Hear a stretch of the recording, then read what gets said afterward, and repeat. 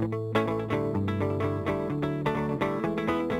you're going to be on a fun ride of multiple things, so if you haven't already been amazed. Today, we're pulling the curtain back and taking you inside the Woodland Park Zoo. Tian and Zan are way up in the tree.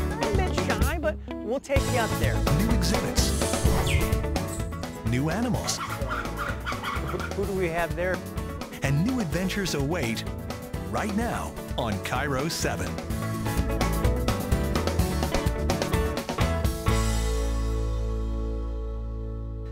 Hello and welcome back to your inside look at the Woodland Park Zoo. I'm your host, Matthew Smith. Now, if you've been along for the entire journey, you've already been introduced to the gorilla troop, you've met the babies, and of course, we've let you walk a mile inside the zookeeper's shoes. You listen closely, you'll see off in the distance the waterfall, which means we found our way to the Trail of Vines, and that means orangutans are near. So, we'll look at the tools these keepers have at their disposal, to the art and the science of introducing a new female orangutan right here at the zoo. We'll pull back the curtain with Shelby Miller. She's gonna take you along for a ride. We've got manicures, pedicures, laser therapy, ambulance rides, and so much more. But let's start with a delicate and months-long process that we've been watching from the sidelines. Speaking of sidelines, look at Godak. It feels like he could just reach out and touch you. Yeah, Godak has been pretty fun to watch, but it's what's happening behind the scenes, the introduction of an all-new female orangutan that will really open your eyes. It's moving day for Batu. Inside this simple-looking box truck is the culmination of a not-so-simple process, which began all the way back in Philadelphia. We sent a keeper out there. One of our keepers went out to Philadelphia, spent a few days with her. When she was put in the crate and moved to the airport, one of their keepers also accompanied the flight. So there were actually two animal keepers on the flight with the animal as she came, cross country. Where nearly a dozen people came together, carefully aligning this temporary crate so both Batu and the staff could safely get her inside of her new home. She's unloaded from the container into our quarantine facility. Hold on. She's sitting in the entrance. Okay, and she's shifting. Even though they did undergo a thorough health evaluation prior to coming here, there's always a chance that the move itself might have triggered something.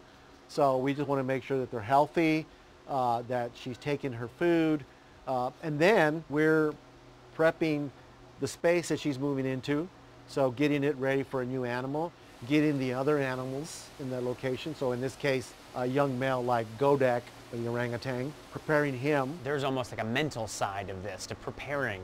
It is for sure, and it's recognition, right? So if you have never seen an introduction of two orangutans, you might misinterpret some of the behaviors. Part of the introduction process is allowing the two animals to be in close proximity to each other. In other words, see each other, smell each other, before we actually have them come in contact or have physical contact with each other. Sometimes it's just through mesh, or sometimes it is just direct contact.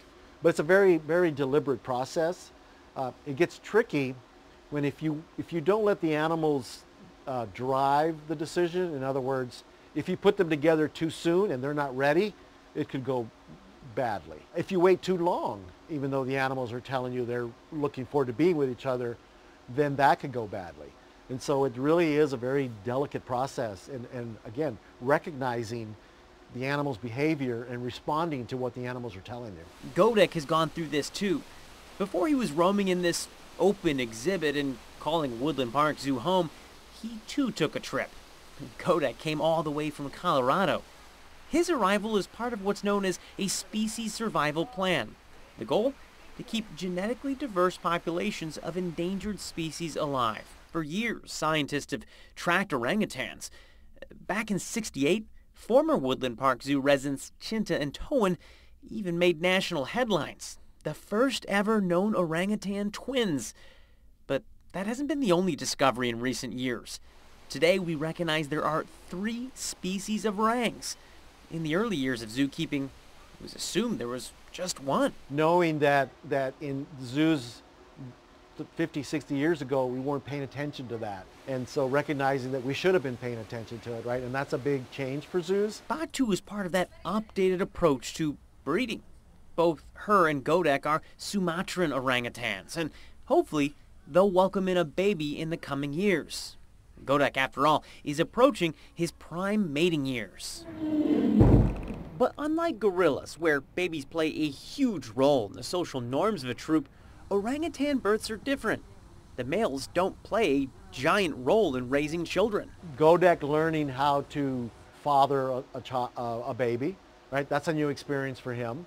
How to approach the female, all of that courtship, that's going to be new to him. As for Batu, she will learn how to be a good mom and how to raise her baby. Along the way, zookeepers will be learning too. It's been a long time since younger animals have been here inside the Trail of Vines, let alone breeding. It's going to be a great experience for them as well. A new learning, more information, more experience, right? Things that they can apply in the future with, not just with Batu and Godek, but we could be breeding more than just these two orangutans in the future. And so that knowledge base that their gain is going to be invaluable, not just here, but across all zoos. It will be a whole new learning curve. Habits, personalities. Zookeepers are the experts of these wonderful creatures, and they are individuals. So by the time they get a hang of these two, how they relate, how they interact, once they've learned how they connect, it'll be time to prepare again for the next generation of orangutans. It helps us to grow the knowledge base for how we care for these animals going forward, not just, and this is key, not just for other animals in zoos, but a lot of the things that we learn about the behavior of these animals is also applied to animals in nature. It's personal. I mean, obviously we have a responsibility to these animals. Coming up, we explore what preventative medicine looks like as we dive into geriatric care. All right, Bintang, one more time, bud. Let's do it.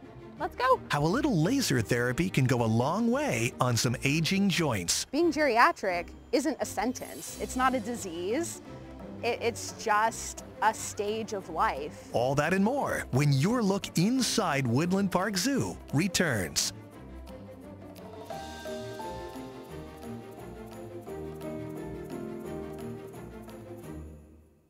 KIRO 7 Cares is here to help those who need it most. By supporting local nonprofits and events to help give more people access to basic needs. Let's work together to make a difference right here in Western Washington.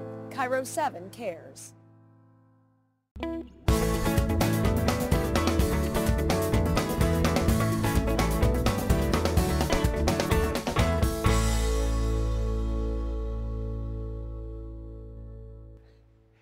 Welcome back to the Woodland Park Zoo. Now, we've talked about how an animal introduction works, but what about the animals who've been around for a while? I don't know about you, but my knees sometimes hurt. And the same thing happens to these creatures. In fact, this emu needs a little bit of help, and we'll show you how they get it done. Stiffness, mobility, not as spry, having some trouble getting around. We try not to wait for that moment. Try to get ahead of it. Dr. Tim Storms and I are talking geriatric care, sort of an umbrella term for the care older animals get around here. We do have a very careful nutritional plan for those animals. This season, we've seen how nutrition matters, but it's not just about food. There may not be a GNC for animals, but the vets regularly prescribe supplements because whether you're a penguin, a bear, or an aging emu, by virtue of living in a zoo, all these animals avoid predators that would attack them in the wild.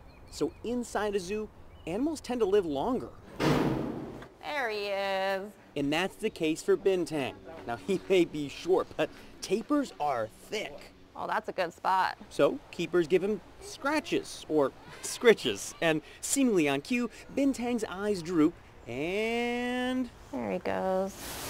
he's down. Good boy. Now, this isn't a parlor trick. It's part of a weekly therapy session. The scratches calm Bintang, which gives Barb a chance to enter this area safely. Once inside, she uses this contraption to perform laser therapy. And they don't really mind as long as they're being scratched. They love a good scratch, and they'll often lay down, and we can do a lot with them. We can sometimes collect samples, a blood collection sample. We can take swab samples. We can do a checkup. we can apply laser therapy. And that last one, laser therapy, is quite popular, not just with tapers. Our emu friend similarly welcomes treatment. Watch as they're lulled to the ground, freeing up Barb to move in and get to work. Yet another round of laser therapy and massage.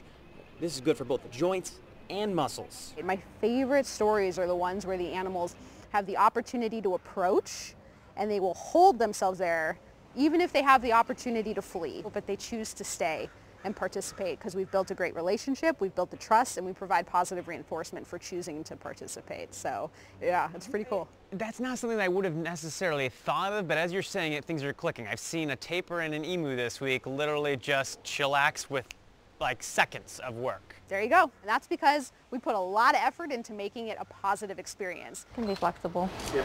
What Rachel Salat is describing is how food or other items can be used as rewards, building trust over time. This work looks simple, but in reality it takes months, in some cases years, to get animals to this point. That's why even younger animals are trained so they can one day help out with their own care. Good job. But young rhinos are being taught to lift up their feet so that x-rays can be taken as they get older. Lots of weight can lead to foot problems. That's the same case for emus or ostriches. Unlike a lot of animals in the zoo, these ones stand on two legs. So if they live longer, they tend to get arthritis in their hips. So this is Lightning. He's one of our geriatric goats down here at the family farm. And Lightning is a particularly special case because not only is he geriatric, but one of his individual considerations that we're constantly monitoring is that he's blind. And he hasn't been blind his whole life. Yes, they even have to plan for blind animals. Remember, quality of life matters. It can't be about extending life alone, but ensuring a good life.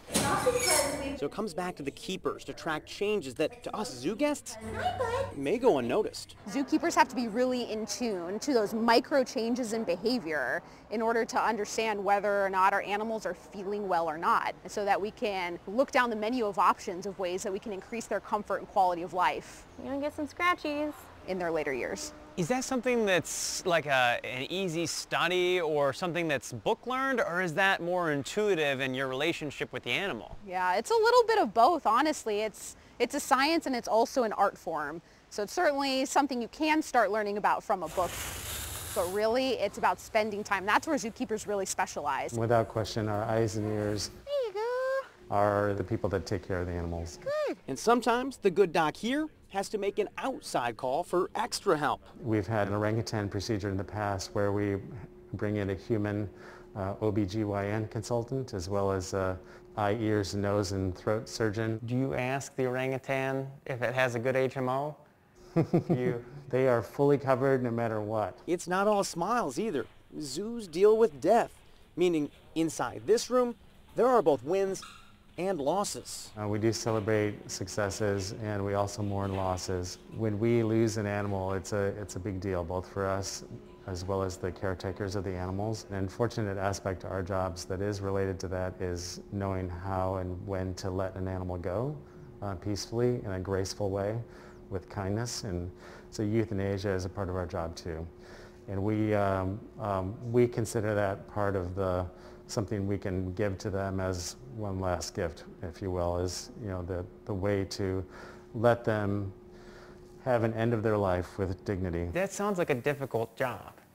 I mean, that sounds like a roller coaster to me. With experience, you've come to be able to ride that roller coaster a little more without having it throw you. On the contrast, a lot of successes where we feel like an animal is severely compromised and we're able to do a surgery or diagnose something and treat that successfully and pull them through. And in the end, it's a joy to be able to do it, We're lucky to be able to have these jobs and to be able to care for these magnificent animals, to extend their lives as much as possible and make their lives as full of wellness as they can be.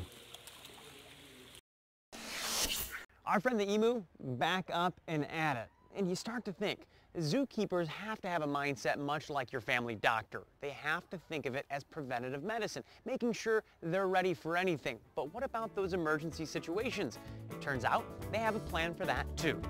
Coming up, Shelby Miller takes you inside the operating room where two doctors are keeping a close eye on two meerkats. Plus, this may look just like an ambulance, but it means so much more for the animal care team here at the Woodland Park Zoo. You'll hop on board next. But before we go, let's get the brain working with a little trivia. There are currently 3 species of orangutan in the wild. Which of the following is not? The Sumatran, the Bornean, the Tapanuli, or the Western lowland? We'll have your answer and more when your Look Inside Woodland Park Zoo returns.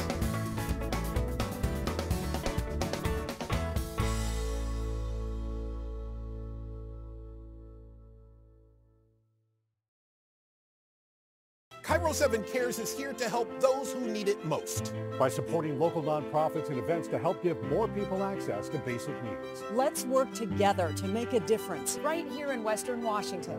KIRO 7 Cares.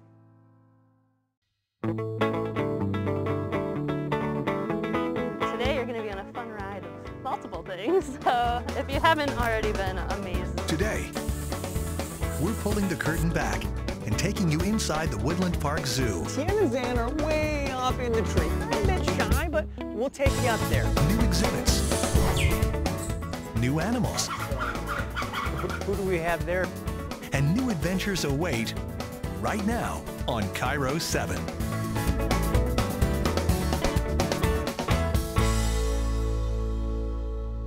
Welcome back to the Woodland Park Zoo, where you are looking at a bird's eye view of the animal hospital.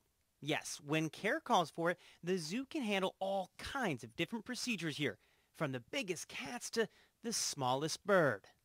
Now, we're inside the hospital and there's patients, so I'll keep my voice down a bit, but there's all sorts of equipment here, including this X-ray machine. Yes, animals need all sorts of care here, from infant age to geriatric. In fact, we're talking about 2 meerkats today that have enlarged hearts, so doctors are keeping a very close eye on them.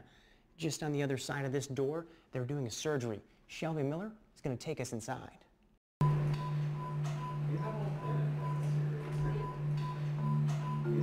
So the procedure earlier today involving 2 of the meerkats, that would fall into our preventive medicine program. Those meerkats are at risk because they're meerkats for heart disease, cardiac disease. We know from past experience at this zoo. So today's exam was an ultrasound examination looking specifically at their hearts, looking at their contractility, heart size, how well they were outputting the blood flow in and out of the heart. And that kind of falls into the last trimester of their life. So an animal that's under anesthesia, like the meerkats this morning, we use a monitoring equipment that monitors their heart rate, their respiration rate, their EKGs. This one is dedicated to the operating room. There's another one that's in the treatment room that was used on the meerkats. And we're only as good as the equipment that we actually have. And this helps us monitor the animal throughout the duration of the anesthetic period. This is the radiograph from one of the meerkats that we worked on today. So this is a digital film, and this is one meerkat under anesthesia laying on its side. The radiograph was taken, and then we actually see here the animal's heart. We are zooming in here, and I'm looking at this structure here, which is the heart, and you can see the bones. This is the backbone, and this heart is slightly enlarged for an animal of its size. That's step 1 in the evaluation of this meerkat's heart. And the rest of the anatomy is all very interesting to me as well.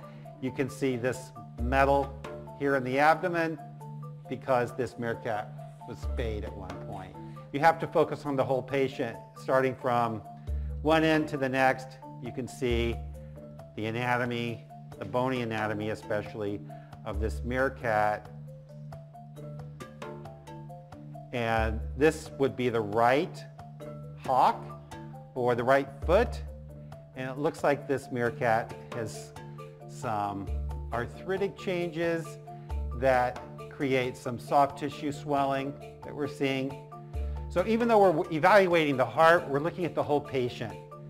And so this is not something we can reverse, but we can manage the discomfort or the pain associated with the arthritis in this meerkat's foot, which is as big as my little finger. So pain medications, reduced exercise, weight management, sometimes some of those rehab medicine interventions that we talked about, like acupuncture or cold laser therapy, will make this meerkat more comfortable as a result. In the parking lot behind the animal hospital, you'll find a crucial tool that you might not think of when it comes to animal care, and that's an ambulance. Vets here say they are lucky to have one. This isn't just for medical emergencies. This is also a portable doctor's office, helping to treat animals of all shapes and sizes.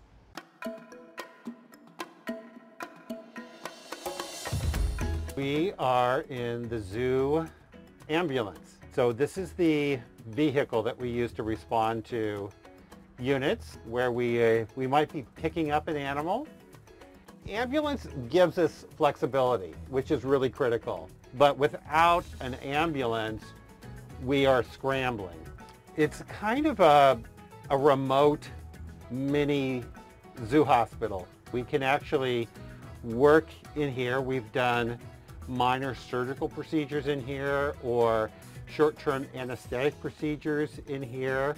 The most common piece of equipment that we have in the hospital, also in the zoo ambulance, and we have portable units, is this right here. And this is the anesthetic machine. And we have a dial. We can deliver a little bit or a lot. And we can also increase the amount of oxygen if and when the animal needs supplemental oxygen. We can control the elements. It's all very self-contained. And it removes some of the questions or the variables that I worry about when I have an animal under anesthesia for a procedure. So we've had this about 20 years. And this level of care is not always available at every zoo. So we're lucky to have one. We couldn't live without it. And I'm glad we're able to share this with everyone. So as you can see, caring for these animals is a 24-hour-a-day, 365-day-a-year job. But it takes a lot of commitment, both from the animals and the zookeepers themselves. That is what they want, though. They want these animals to participate in their own health care. Now, before we go, your trivia answer to the question. There are currently 3 species of orangutan in the wild. Which of the following is not? Is it the Sumatran, the Bornean, the Tapanuli, or the Western Lowland? Now, if you guessed the Western Lowland, you've been paying attention to some of our previous episodes. But did you know that all 3 species of orangutan are critically endangered? There are just over 100,000 Bornean, fewer than 14,000 Sumatran, and less than 800 Tapanuli orangutans in the wild.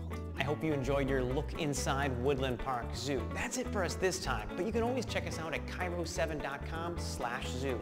Until next time, I'm Matthew Smith.